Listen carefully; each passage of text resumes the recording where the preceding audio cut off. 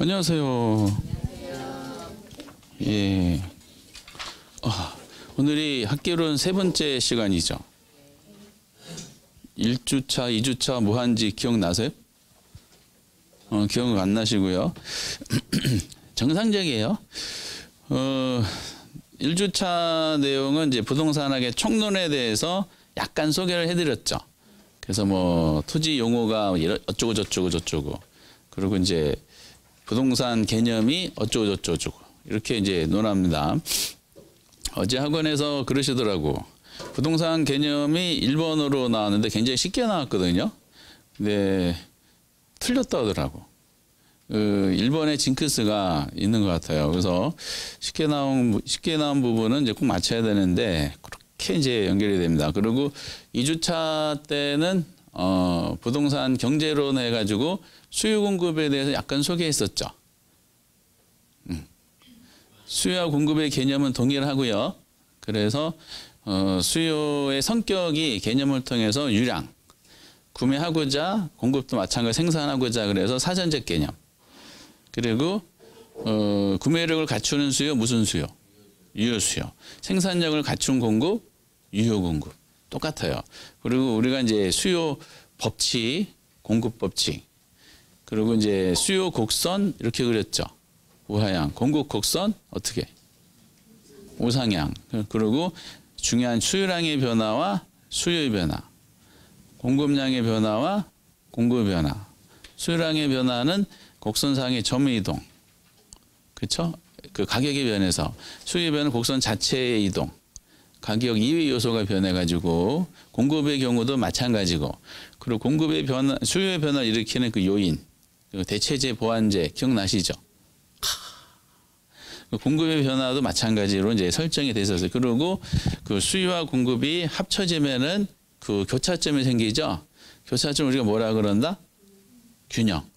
그래서 그 균형하고 가격축을 수익축이 가격축이니까 연결하면은 균형 가격. 수평축이 이제 양축이니까 그 양축을 연결시키면은 균형 거래량. 이 그림으로 연상할 수 있으세요? 앞으로 하시면 되고요. 그런 식으로 이제 경제론에 대해서 수요 공급에 대한 이제 맛배기를 봤어요. 오늘 3주차 때는 세 번째 주제로 제시해 준 게 있죠. 그 수요와 공급이 이루어지는 장소. 이걸 뭐라 그러냐? 균형이다라고 얘기를 합니다. 그래서 뭐 지난주 내용은 거기서 멈추고 경제론은 그냥 거기서 수요 공급에 대한 소개를 개략적으로 하는 걸로 끝내도록 하겠어요. 인문과정 11월, 12월은 이제 각 파트 분야별로 소개만 하도록 하겠습니다. 어느 부분이 나오는지. 그 38페이지 한번 보실래요? 본게임은 이제 새 책이 나오면 1월 달부터 이제 하도록 하겠습니다. 요 책도 굉장히 좋은데 약간 편집을 좀 달리하고 만들고 있습니다. 이렇게. 그 38페이지에 이제 그 시장이 이제 들어갑니다.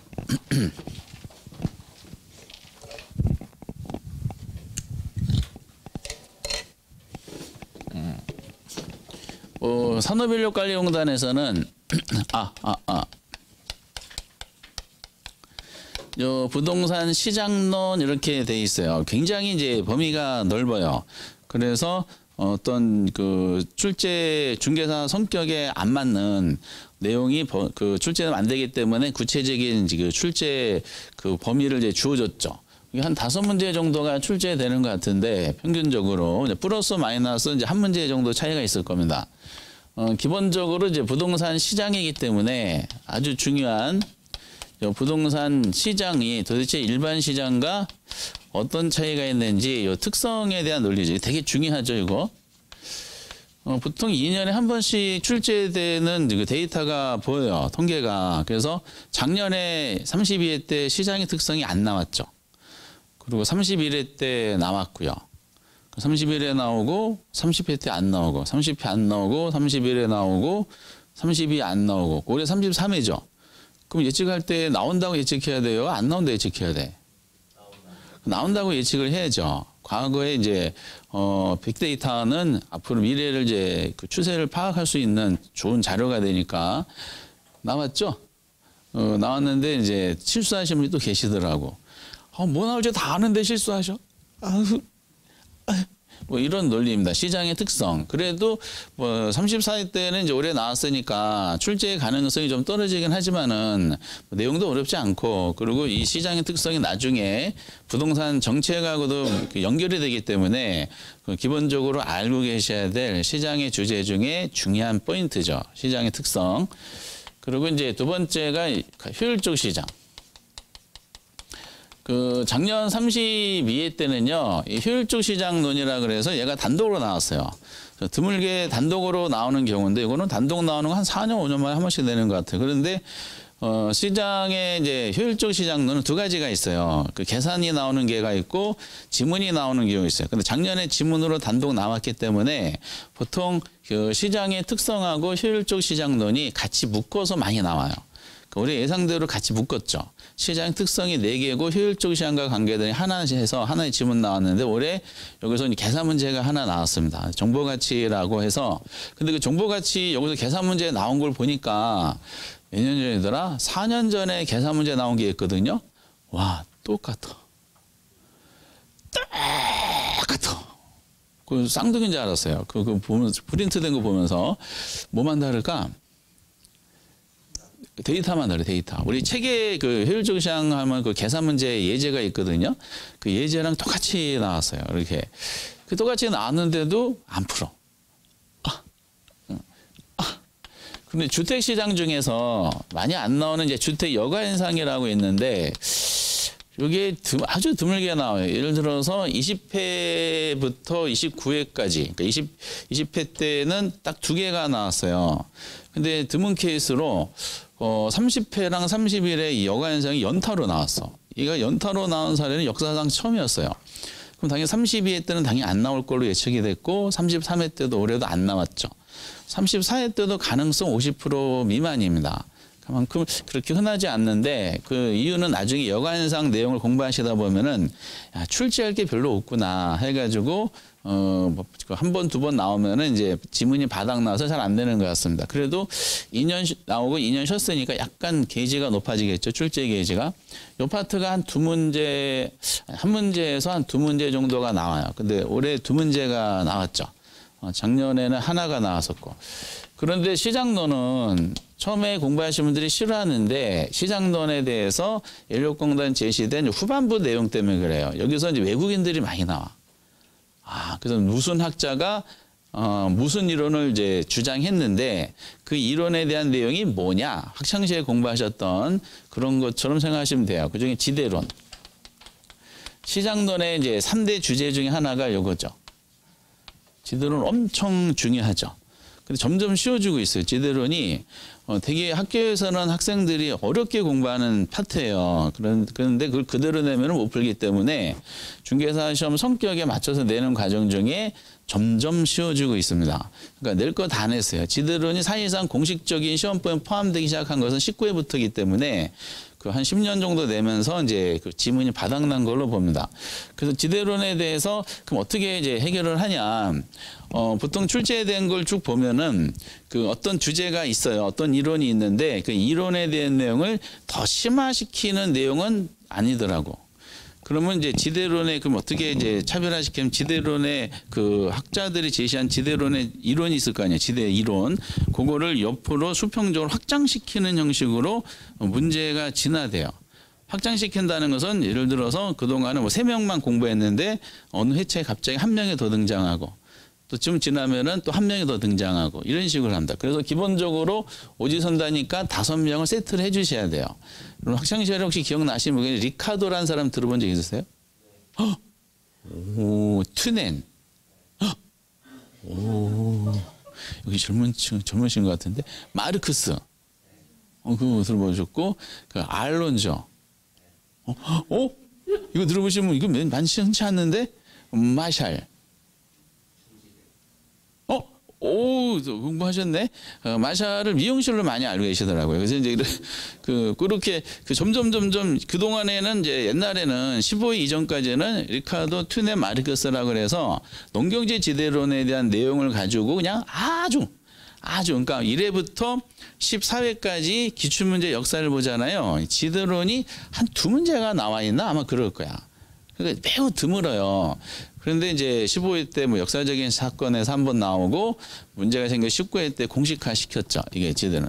그러면서 그 정리 점점 내용이 이제 확장되는 형식이 있어요. 더 확장하지 않았으면 좋겠어. 그 5명을 지금 암기하는 것도 힘들어 죽겠는데 사람 이름 잘 암기하세요? 저는 사람 이름 암기 못해요. 집에 계신 분 이름도 가끔 잊어버려서 핸드폰에 메모해 놓고 다녀요. 내 이름이 뭐야? 물어보면은 그리고 뺨때기에 날라오죠. 이렇게 이름도 몰라요. 제 이름도 가끔 까먹어. 그 지대론 그리고 이제 도시 내부 구조론 이건 더 드물죠. 이것도 이제 중개사 좀 3명으로 그냥 고착화 시킨 것 같아. 19회에 공식화 시켰다면 그 전에는 거의 문제가 없어요. 19회부터 나왔는데 지금 3명만 나오고 있습니다. 학교에서는 9명 정도 공부하는데 우리는 3명. 그 버제스 들어본 적 있으세요? 호이트. 공부하셨네. 해리스와 울만 이런 식으로 해서 내용이 나올 겁니다. 지금까지 8명 했죠. 세기도 어려워요. 그리고 이제 입지론. 입지론은 이제 2개인데 기본적으로 이제 공허 입지론이 있어요. 이 학교에서 이제 부동산학을 전공, 토지경제학을 공부하는 학생들은 이 공허입지론 하면은 그 독보적인 학자가 있어요. 고전적인 고전학파로서 그 베버라는 사람이 있어요. 그 베버라는 사람은 수능에도 나왔던 사람입니다. 이렇게 그 사람 위주로 내다가 가끔은 다른 인간을 집어넣는 경향이 있습니다. 많이 안 나오는데 갑자기 최근에 나왔어요. 가끔 지문으로 나오지 독립대 문제는 잘 안 나오고 있는 파트죠. 이제 에이스가 이제 그 상호입지론이지. 주로 계산 문제 중심으로 나옵니다. 여기는 이제 그 상호입지론 들어갈 때 그 출발하는 사람은 상호입지론을 쓰는 용어들에 대한 설명을 이제 해줘야 돼요. 그래서 크리스탈러라는 사람을 중심으로 해서 용어들을 체계적으로 잡은 다음에 실질적으로는 중령보형이라 그래서 레일리, 컬버스, 하프 요 3명을 중심으로 합니다. 이 중에서 레일리라는 사람이 제일 중요해. 그 레일리에서 다 확장된 거니까. 근데 작년에 컨버스가 계산 문제가 나왔어요. 그럼 올해는 레일리 계산 문제가 예상이 됐어요.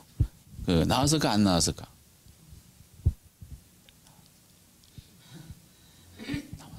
근데 이제 이론도 하나가 나와가지고 여기서 2개가 나왔죠. 보통 후반부가 선어 문제가 출제를 합니다. 이렇게. 그러니까 후반부가 중요해. 근데 이제 처음에는 이제 요 파트는 뭐 이런 거구나 해가지고 뭐 부담 없이 시작하는 것 같아요. 잘 모른다 하더라도 나중에 보면은 할 수 있겠네 느낌 드는데 여기는 왠지 거부감을 많이 느낀다 그럽니다. 지금까지 11명 했죠. 리카도, 튜넴, 마르크스, 알론저, 마샬, 버제스, 호이트, 헤이스얼만, 벨버, 크리스탈러, 레일리, 컨버스, 13명 했네. 13명. 플러스 알파죠. 더 나왔는데 우리는 13명만 해도 벅찬 상태입니다. 이렇게. 근데 자연스럽게 입에 붙으시게 될 겁니다. 그래서 오늘은 뭐 다 후반부 내용 하면은 처음부터 처음 하신 분들이니까 후반부 하면은 책 덮고 나가실까봐 이 파트는 이제 그 새로운 책 나오면서 요번 기출문제 내용을 반영해가지고 새롭게 이제 시작을 하고 시장론의 소개인 전반부 있죠. 요거에 대한 내용을 한번 등장하도록 하겠어요. 어쨌든 여러분들이 시장론에 대해서 5문제가 나오면은 평균 출제 문항 5문제요. 목표 문항수는 몇 문제를 해야 될 것 같아요. 앞으로. 여러분 항상 파트마다 평균 출제 문항수가 있고요. 본인의 목표 문항수를 정해놓고 시작하셔야 돼. 그래서 3월 달부터 모의고사 보시면서 내가 이 파트가 이 출제 문항수 이렇게 나왔는데 모의고사 약간씩 이제 뭐 강사들 맘대로니까 요거에 대해서 과연 몇 %가 정답률이 나왔는지 계속 메모를 해 놓으셔야 돼요. 개인적인 노트에다가.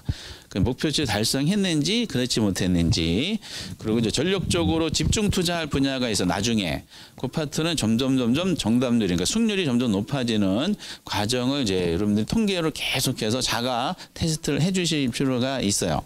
그럼 이건 출제 문항수가 평균 5문제인데 목표 문항수를 5문제로 하도록 하겠어요. 우리는 다 맞히는 거야. 올해 그 연습만 되시면 다 맞췄어요. 계산 2개, 이론 3개가 나왔지만은 다 맞췄어. 물론 다 틀리신 분도 계실 수 있겠지만은. 그래서 이제 부담이 없다고 보는 요 파트, 올해 두 문제에 나왔던 시장에 대한 소개, 요거를 한번 건드려 보도록 하겠습니다. 먼저 이제 중요한 세 가지 주제 있었죠. 시장의 특성, 지대론, 상호입증 3대 주제를 베이스로 해서 치고 나가는데, 요거는 좀 비주류 파트가 있어요. 그러니까 내용이 공부할 내용 별로 없는 거, 그중에 도시 내부 구조는 공부할 게 별로 없어요. 그래서 요즘에 패키지로 많이 나옵니다. 내부 구조 가끔 단독 나오는 것이 드물고, 내부 구조론하고 지도론이 섞어서 많이 냅니다. 이렇게. 그리고 이제 요건 다 묶어서 이제 등장하는 경우도 있어요. 공업지론도 단독 나오는 경우 있지만 섞어서 나오는 경우 많고요. 효율적 시장하고 요거도 같이 묶어서 나옵니다. 이렇게. 요것만 이제 따로인데 뭐 출제 가능성이 그렇게 많지 않으니까. 그래서 3대 주제를 중심으로 해서 어떤 게 있구나라고 확인하셔야 되는데, 시장의 특성이 그래서 교재 38페이지에 있어요. 근데 시장의 특성 들어가기 전에 먼저 정리하고 가셔야 될 것이 있어요.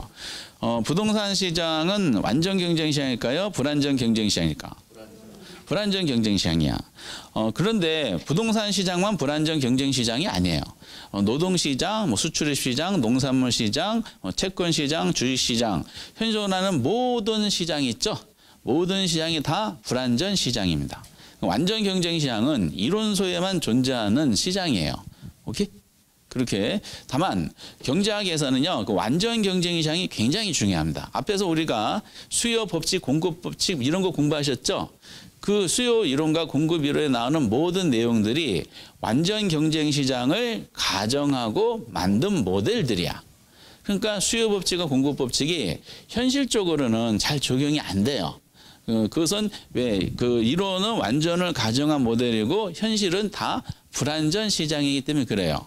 그런데 어쨌든 불안전 경쟁 시장인데 왜 완전 시장이 왜 필요하냐? 현실적으로 굉장히 중요합니다.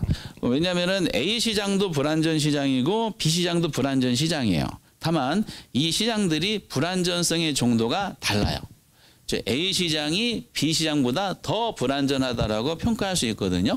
그럼 A가 B보다 왜 더 불안전한지 근거가 뭡니까? 라고 할 때 완전 경쟁 시장이 기준의 역할을 합니다. 완전 시장으로 갖춰야 될 내용을 A가 B보다 더 성립을 못했기 때문에 A가 더 불안전하다. 그럼 불안전성의 정도가 어느 정도 그 계량화 시킬 수 있잖아요. 그럼 요거를 해결하기 정부가 개입할 때 조금 더 대처해가지고 어두한 결과를 도출하기가 좀 수월해지게 돼요. 그런데 어쨌든 불안전 시장이지만은 모든 시장의 이제 기준이 되는 완전 경쟁 시장에 대한 논리를 잡을 필요가 있어요. 시험도 나와. 근데 물론 우리 시험이 경제학 시험이 아니기 때문에 완전 경쟁 시장에 대한 설명이 다 틀린 거 이렇게는 안 나오고요. 부동산 시장의 특성을 언급하면서 완전 경쟁 시장에 대한 내용이 연결이 돼. 오케이? 그럼 어떻게 되냐면은 완전 경쟁이 갖춰야 될 성립 조건이 있는데 그거를 부동산 시장 특성으로 자주 연결을 시켜요. 그 지문은 무조건 틀리게 되는 거야. 그러면은 거기 밑에 보면은 이제 완전 경쟁 시장이 성립 조건이라서 네 가지가 표로 그려져 있죠. 그게 되게 의미가 있는 거예요. 이렇게 그 자체는 내지 않지만은 이게 부동산 시장의 특성하고 맞물려 돌아갑니다.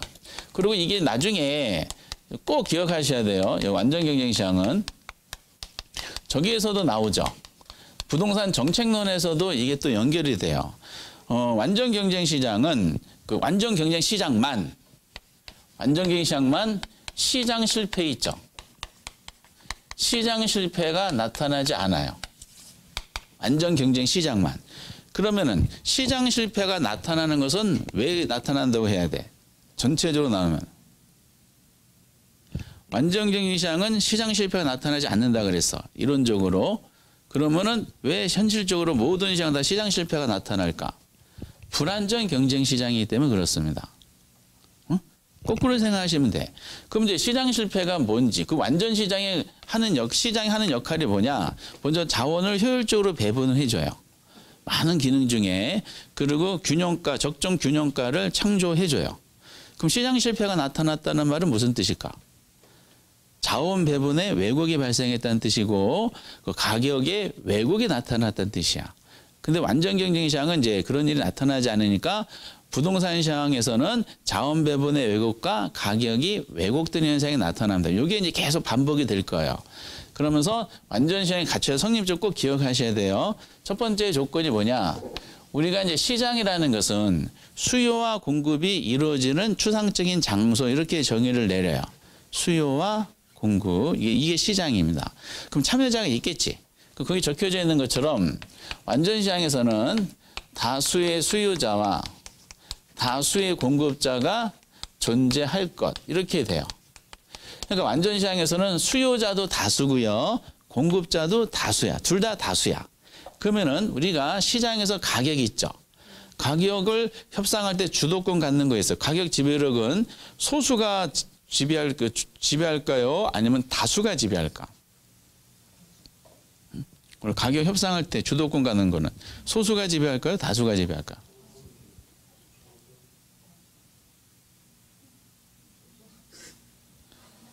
이게 무슨 모양이에요? 그치? 상식적으로 한번 생각하면 경험칙이에요. 시장에서 물건을 거래하는데 수요자가 1명이야. 근데 공급자가 100명이야. 협상할 때 누가 주도권 가질까? 수요자가 주도권 갖지. 팔고자 하는 사람이 100명인데 사고자 하는 한 사람밖에 없잖아요. 누가 이제 이렇게 해요? 수요자고 공급자는 팔아주 이렇게 할 거 아니야. 근데 시장에서 수요자가 100명인데 공급자가 1명이야. 누가 주도권 가질까요? 공급자가 주도권 가져. 결과적으로 시장에서는 가격 결정할 때 소수가 지배합니다. 이걸 독과점이라 그럽니다. 현실적으로. 그래서 이제 이 가격 지배력을 행사하는 구조가 일반 시장인데, 근데 완전 경쟁 시장은 수요자도 다수고요, 공급자도 다수야. 그러면은 소수가 다수를 가격으로 지배한다 그랬죠. 근데 완전 경쟁 시장 둘 다 다수다 보니까 상대방을 가격으로 지배할 수가 없어요. 그럼 시장에서 수요자, 공급자들이 물건을 거래하려고 참여를 했어. 그랬더니 참여해봤더니 자기도 모르는 사이에 본인들이 거래하고자 하는 물건의 가격이 이미 결정이 돼 있어요. 이걸 보이지 않는 손이라고 이제 아담 스미스라는 사람이 얘기했어요. 그래서 이거는 이제 그래서 완전 경쟁 시장은 시장 참여자들은 가격에 대한 지배력을 행사하는 것이 아니라 가격 시장에서 결정한 가격에 대해서 순응자 역할만 합니다. 그럼 이 사람들은 이미 시장에서 본인들이 거래하고자 하는 가격이 결정된 상태야. 그 결정된 가격에서 거래하고자 하는 수량만 조정하는 사람들이지 가격을 지배할 수는 없어요. 그런데 이걸 어떻게 내냐? 부동산 시장의 특성을 냈어요. 타이틀이 그거야. 다음은 부동산 시장 특성에 대한 설명이다. 옳은 것은 물어본 사례가 실제로 있어요. 근데 보기 중에 이렇게 나옵니다. 부동산 시장에서는 다수의 판매자와 다수의 구매자가 존재한다. 이 점은 실제로 있어. OX. 당연히 X지.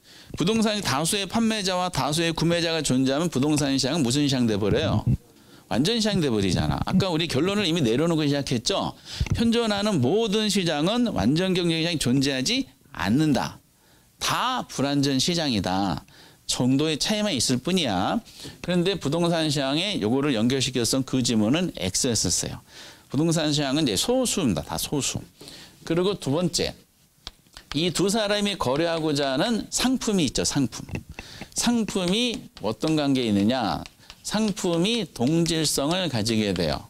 우리가 지난번에 동질적 상품은 무슨 관계에 있는 물건이라고 그랬어요? 혹시? 1번 대체제, 2번 도대체, 3번 반도체 뭐라 그랬죠? 대체제라 그랬어요. 그럼 대체제끼리는 결과적으로 시장에 대체제를 시장에 놔두면은 두 물건의 가격은 같아질까요? 달라질까요? 같아져요. 이게 결과적으로. 저하고 원빈이 대체제야. 충무로 해서. 그럼 결국 출연할 때 몸값은 같아질 수밖에 없어. 왜? 라이벌이니까. 원빈이 몸값 올려서 그러면 나도 올려줘. 이씨. 원빈이 영화산업 발전을 해서 나는 희생하겠다. 몸값 내려서 그러면 아씨 나도 내려야겠네. 이렇게 되는 거죠. 그래서 이제 완전 경쟁 시장에서는 거래되는 상품이 있다. 그 상품이 동질할 걸 가정하면은 동질적 상품은 모든 가격이 똑같아져요. 이거를 일몰일가의 법칙이라 그럽니다. 그러니까 부동산 특성을 안 했기 때문에 그러니까 이 일물, 그러니까 하나의 물건 하나의 가격이라는 이 원리가 성립되는 그 시장은 무슨 시장밖에 없다? 완전 경쟁 시장밖에 없어요. 근데 나중에 부동산 시장에서는 일물가 법칙이 적용이 안 된다고 공부하실 거야. 그 이유가 동질의 반대말이 이질성이야. 경제학에는 이질성이라고 표현을 해요. 근데 이질성이란 말이 어감이 안 좋아. 그 다 다르다는 논리로 나중에 개별성으로 연결이 될 겁니다. 그런 표현들이 이제 천천히 논할 것이고, 그리고 이제 세 번째가 제일 많이 나오는데, 그러면 이제 시장에서 이 상품을 거래하려면 수요자, 공급자들이 시장에 진입을 해야 될 거 아니에요. 그런데 완전 경쟁 시장은 요 시장 있죠? 시장에 이것도 참 자주 나와. 지니까 퇴출이 있죠? 퇴출이 자유롭다라고 이제 가정을 하는 시장이야. 언제든지 들어갈 수 있고 언제든지 나갈 수가 있어요. 다만 이 세 번째 성립 조건을 충족하기 위해서는 하부 조건으로 거래되는 상품이 있죠. 완전 시장의 상품의 가격이 싸다라고 가정합니다. 싸다. 거래되는 상품의 가격이 싸니까 이미 참여자들은 다 뭐를 가지고 있을까? 구매력을 다 가졌다 가정해. 그 뭐만 표출하면 돼요? 구매 의사만 표출하면은 언제든지 시장에 진입할 수가 있어요. 그런데 현실 부동산 시장이 적용이 안 되죠. 그래서 어떤 시장에서 거래되는 상품 있죠? 상품의 가격이 점점 비싸. 비싸지면 그 시장은 점점 완전 시장에 가까워질까? 불완전 시장에 가까워질까? 불완전 시장에 가까워져요. 그럼 자원 배분 왜곡이 돼. 가격도 왜곡되고, 가격이 비싸면 비싸는 물건 상품 가격이 비싼 물건이 거래되는 상품일수록 그 시장에 가격이 진입장벽이 돼. 그럼 참여자가 소수가 돼요, 다수가 돼요? 소수가 되지. 그래서 부동산 시장은 소수의 수요자, 공급자가 존재한다고 성립을 해야 됩니다. 가격. 그리고 또 하나는 언제든지 나갈 수가 있고 들어올 수가 있는 배경이, 완전 경쟁 시장은 정부의 간섭이 전혀 없어요. 정부는 국방의 의무만 하면 되는 것이고, 재화나 서비스가 거래되는 시장은 전혀 건드리는 게 아니야. 그 규제라는 게 있을 수 있을까 없을까? 있을 수가 없어. 뭐 예를 들어서 토지를 이용하는 토지 소유자가 우리 현재는 국토계획법이나 우리나라 토지 기본법이 있죠. 그럼 용도지역이라는 게 있을 수 있을까 없어? 완전 시장에서는. 있을 수가 없어. 용도지역 보세요. 그럼 우리나라 규제의 천국이잖아. 내 땅인데 내 땅을 내가 마음대로 할 수가 없죠. 그 부분 다 하지 말아라. 하면 죽여버리겠다. 이렇게 다 나와 있습니다. 그러니까 그 규제가 전혀 없어요. 완전 시장은. 근데 현실은 그렇지 않죠. 법적 규제가 지나치게 많습니다.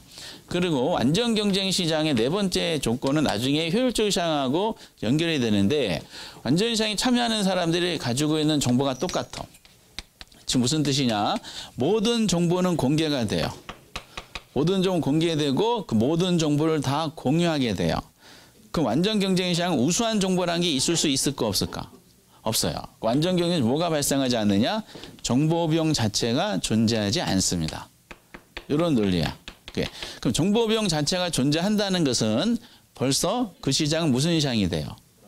불완전 시장이 돼요. 그러니까 현실적인 시장, 부동산 정보 비용 엄청나잖아. 여러분들이 뭐 부천에 있는 부동산 가격을 지금 알 수 있어요? 모르죠. 근데 완전 시장이라고 여러분들 여기 부천에 있는 모든 부동산 가격에 대한 다 알고 있어야 돼. 근데 우리가 가격을 알려면 조사해야 되잖아요. 인터넷 들어가 조사하고 임장활동을 통해 조사하고, 그럼 벌써 시간 비용이 많이 들죠. 그런 내용들이 정보 탐색병이 존재한다는 것 자체가 현실 시장은 불완전 시장이라는 거죠. 그래서 이 네 가지를 꼭 알고 계셔야 돼요. 자체는 안 나온다 하더라도 이 네 가지에 대한 내용을 설명하면서 이거를 부동산 시장의 특성으로 연결시킨 지문은 무조건 X가 되고 있습니다. 이 중에서 제일 많이 나오는 게 세 번째죠. 시장이 지니까 퇴출, 이런 식으로.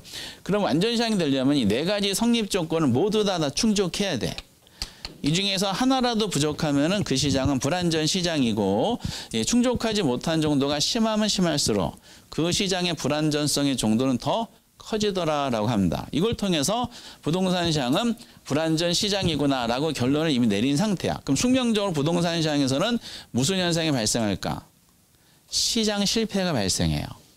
그럼 시장 실패 발생했다는 것은 누가 시장에 개입하는 정당한 근거가 될까요? 정부가 시장에 개입하는 정당한 근거가 될 수밖에 없어요.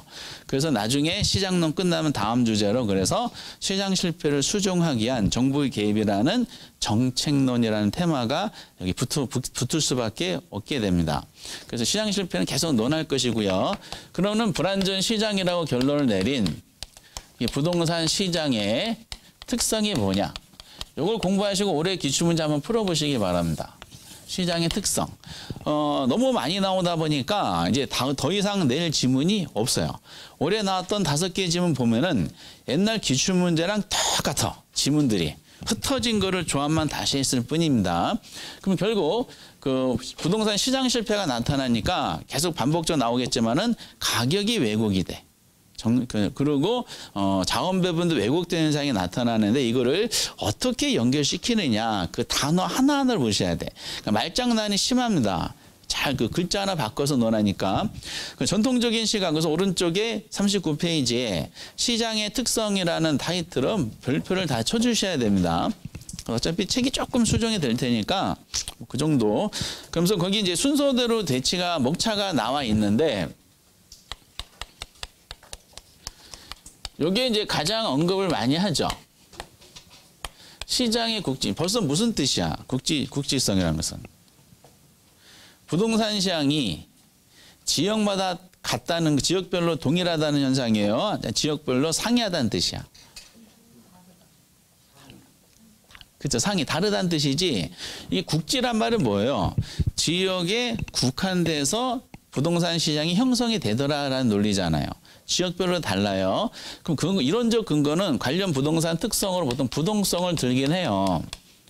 부동산이 움직이지 못하니까 이렇게 연결이 돼. 그러면서 거기 동그라미 2번부터 동그라미 5번을 제가 적어드렸죠. 그렇죠. 이거 말고 더 있는데 2번부터 5번까지는 제가 적어드린 것이 아니라 기출에 나온 거를 제가 정리해드린 거야. 그러면 2번부터 5번까지가 실제로 지문이 쭉 나와요. 그럼 이게 부동산 시장의 특성으로 연결시켰어. 그럼 2번부터 5번까지 지문을 통해서 부동산 시장은 국지적 시장이구나. 그런 감이 있으셔야 돼. 이렇게. 그 출제위원들이 표현이 조금씩 다르니까. 그럼 동그라미 2번은 실제로 나온 건 제가 2개의 지문을 하나로 합친 거예요. 거기 보면 첫 번 동그라미 2번 보면은 당연한 거야. 부동산 시장은 지역에 따라 여러 개 부분 시장으로 나눠진 시장의 분화 현상이 나타난다. 이렇게 돼 있죠. 여기 기출문 지문 자체예요. 이게 무슨 뜻이냐? 부동산 시장은 지역별로 나눠진다는 뜻이야. 지역별 세분화된다. 이해가 되시지? 우리 부동산 시장 우리가 예를 들어서 우리나라 주식시장 지역별로 나눠져요? 안 나눠져. 자본시장은 안 나눠져요. 자본시장 글로벌 시장이라 그러죠. 자본시장은 이제 뭐 통계는 각 국가마다 자체적으로 내고 있지만은 어쨌든 같은 국가 안에서는 부산에서 보는 우리나라 코스피 지수하고 서울에서 보는 코스피 지수가 똑같을 수밖에 없어요. 근데 부산의 토지 가격 한 평짜리 토지 가격과 부천에 있는 토지 가격이 똑같아요? 다 달라요, 이렇게. 왜냐면 부동산을 움직이지 못하니까 지역의 영향을 많이 받을 수밖에 없고 지역별로 시장이 형성이 되더라라는 거를 동그라미 2번의 첫 번째 줄에 나눠지죠. 그러니까 포인트가 시장의 분화죠. 어떻게? 지역별로.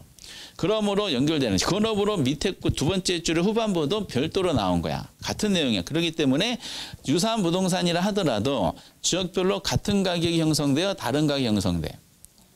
다른 가격이 당연하겠지. 한 평의 토지잖아. 토지가 뭐가 다르겠어요? 다 똑같아. 그런데 이게 토지가 강남 한복판에 있는 토지냐, 저 충남 부여 골짜기에 있는 토지냐, 같은 한 평인데도 가격이 달라져요. 토지가 이동 가능하면 얼마나 좋을까? 부산 산속에 있는 토지를 한 평을 차에 싣고 와가지고 강남에다 딱 펼쳐놓으면은 그러면 가격 게이지가 이렇게 올라가겠지. 고속도로 타가 충남에서 고속도로 타면서 이렇게 올라올수록 점점 가격이 그러면 얼마나 좋을까? 그러지 못해요. 그러니까 지역별로 다른 가격. 근데 이거를 옳게 틀리게 낼 때 어떻게 냈을까? 그렇지. 여러분 벌써 다 아시네. 유사한 부동산이라면은 지역마다 동일한 가격 형성 이렇게 나온 사례도 있어요. 이건 공부 안 해도 맞히는 비상식적인 지문이잖아. 우리 경험증을 다 알잖아. 물론 사람도 그런 것 같아. 똑같은 인간이야. 근데 어느 집안에 태어나냐 중요하겠지. 이씨, 똑같은 인간인데, 씨. 그런 식으로. 그럼 3번도 마찬가지예요. 3번이 되게 유명한 지문인데, 부동산 시장은 지역 시장별로, 벌써 이런 표현이 나오죠? 또는 부분 시장별로. 초과 수요 현상과, 이 똑같은 지문이 기출의 역사 보면 3번 나와 있어요. 초과 수요 현상과 초과 공급 현상. 우리가 초과 수요가 뭐고 초과 공급이란 단어를 공부하신 기억이 물론 안 나시죠? 지난주에 한 거니까. 초과 수요 현상과 초과 공급 현상이 지속된다. 이게 포인트가 지속이죠? 이런 거야. 그러면 초과 수요가 나타난 A 지역이 있을 것이고 초과 공급의 현상이 나타난 B 지역이 있겠죠. 초과 수요가 나타난 지역은 가격이 어떻게 될까요? 상승할까요? 상승할까요? 상승할까요? 야, 역시 초과 공급이 나타나면 가격이 어떻게 될까요? 하락해요. 이게. 근데 이 현상들이 뭐다? 지속이 된다는 거야. 그러면은 이게 뭐냐? 결국 부동산 시장은 지역 시장별로 있죠? 지역별로 시장의 불균형 현상이 나타난다는 것이고, 불균형 현상은 지역별로 결과적으로 가격의 왜곡 현상이 나타난다. 이렇게 연결시킬 수가 있어요. 그러니까 지역별로 결국 상향 현상이라는 뜻이죠. 그런데 이거를 왜 그러냐? 요것을 건드리진 않았어요. 지역별로 다른 양상 보이는 거 건드리지 않았고 요걸 건드렸죠. 가로치고 뭐로 인하여. 여기에 그동안에 3개가 들어가 있어요. 부동성으로 인하여, 내구성으로 인하여, 고가성으로 인하여 이렇게 나와 있어요. 어느 게 정답이어야 될까요? 그 책에도 부동성으로 인하여가 들어가야지 정답이 되는 거야. 내구성이란 말은 수명이 길다는 뜻이야. 고가성은 뭔지 아시죠? 비싸다는 거야. 비싸다는 거하고 수명이 길다는 것이 지역별로 시장이 나눠진다는 거하고는 하등의 지장이 없어요. 근데 일반 재화시장 있죠? 일반 재화시장은 지역별로 초과수요, 초과금 지속된다. 이렇게 할 수가 있을까 없을까? 할 수가 없어. 왜? 일반 재화는 이동이 가능하기 때문에 그래요. 그러면은 물량이 남아도는 데 있는 거를 부동산도 만약에 이동이 가능하잖아요. 이런 표현이 절대로 나올 수가 없어요. 그 물량이 남아도는 지역이 있을 거 아니야. 우간다, 아프리카, 그 사막 많잖아. 그 땅들을 배에 싣고, 배인지? 배에 싣고 대서양, 태평양을 건너가지고 부산에 정박하고 부산에서 차에 싣고 쭈쭈쭈쭈쭈 서울로 오면은 서울에 펼쳐놓으면은 물량이 남아도는 데는 거를 요거 옮겨놓으면 균형이 맞출 수가 있죠. 이런 현상이 나타나지 않는다는 거지. 근데 여기서 중요한 것은 이런 표현이 쭉 나오면은 이게 부동산 시장이 국지적이라는 거를 설명하는구나 라는 감이 생기세요? 앞으로 생기실 것이고요. 그리고 이제 똑같아요. 4번도 원래는 4번이 우리 시험에서 지문을 3줄짜리로 냈어요. 근데 앞에는 4족이었었고 결론은 4번의 그 요거더라고. 부동산의 지역별로 연계성이 높을까 낮을까? 낮을 수밖에 없죠. 거기 보시면 지역 간의 연계성이 높으면요. 이게 만약에 이제 부천에서 땅값이 올라가잖아요. 그럼 전국에 있는 모든 땅값이 연계성 높으면 도미노 현상을 똑같이 땅값이 동시에 올라가요. 근데 부동산 시장 국지적이라 그랬죠. 지역별로 상이하니까 지역 간 연계성이 매우 낮아요. 이거는 금융시장과 엄청난 차이가 있습니다. 그러다 보니까 부동산 국지적이다 보니까 움직이지 못한다 그랬죠. 그 지역에 영향을 받을 수밖에 없어요. 5번도 여러 번 나왔던 겁니다. 그래서 이거는 이제 암기하지 마시고 2번부터 3번, 4번, 5번은 국지적 시장이라고 표현했던 그동안의 실제 사례입니다. 그래서 비슷비슷하게 언급했는데 올해도 비슷하게 나왔어. 다만 출제원들이 이제 고무줄처럼 지문기를 늘리고 줄이는 과정 중에 캐치할 수 있는 감이 생겨야 돼. 그 감이 바로 생기진 않죠. 그러면 생기려면 무슨 작업이 필요하냐? 경험칙이 필요해. 어떤 경험칙? 많은 지문을 연습을 해야 돼. 이론서만 가지고는 안 돼요. 기출에 갑자기 순식간에 누가 갑자기 문제를 탁 냈어. 내면 아 이게 뭐구나라고 딱 떠오르는 그 경지까지 도달하면은 그분은 뭐 천재지변이 생기지 않는 한 적정한 점수가 반드시 도달하게 되십니다. 그리고 요거와 더불어서 이제 올해 정답 나왔던 부분이죠. 올해 이제 틀린 걸 찾으라 그랬는데 쌍두마차였어요. 야, 이거 오랜만에 정답 체크가 나왔더라고. 수급 조절의 곤란성이야. 무슨 말인지 이해되시지? 수요와 공급이 조절이 곤란하다는 거야. 근데 여기서 주의사항이 만약에 극단적인 표현이야. 부동산 시장의 특성을 내면서 부동산 시장에서는 수급 조절이 불가능성 이렇게 표현하면 맞을까 틀릴까? 틀려. 부동산 시장은 어쨌든 시장이잖아. 시장은 수요와 공급이 움직이는 시장이죠. 그러면 부동산 시장도 수요와 공급이 조절이 어떻다? 가능해. 근데 일반 재화 시장과 좀 차이가 있어요. 일반 시장에 비해서 시간이 많이 걸려요. 그래서 부동산 시장은 수급 조절이 가능한데 시간이 걸리더라. 그러면 수급 조절이 곤란하다는 요 표현이 있죠. 요거는 장기적인 표현이야, 단기적인 표현이야. 제가 수급 조절이 가능하다 그랬잖아. 근데 시간이 좀 걸린다 그랬지. 곤란하다는 것은 수급 조절이 쉽지 않다는 뜻이잖아요. 그러면 수급이 곤란하다는 요것은 뭐다? 장기적인 수급 조절이 가능하니까 곤란하다는 것은 단기, 장기.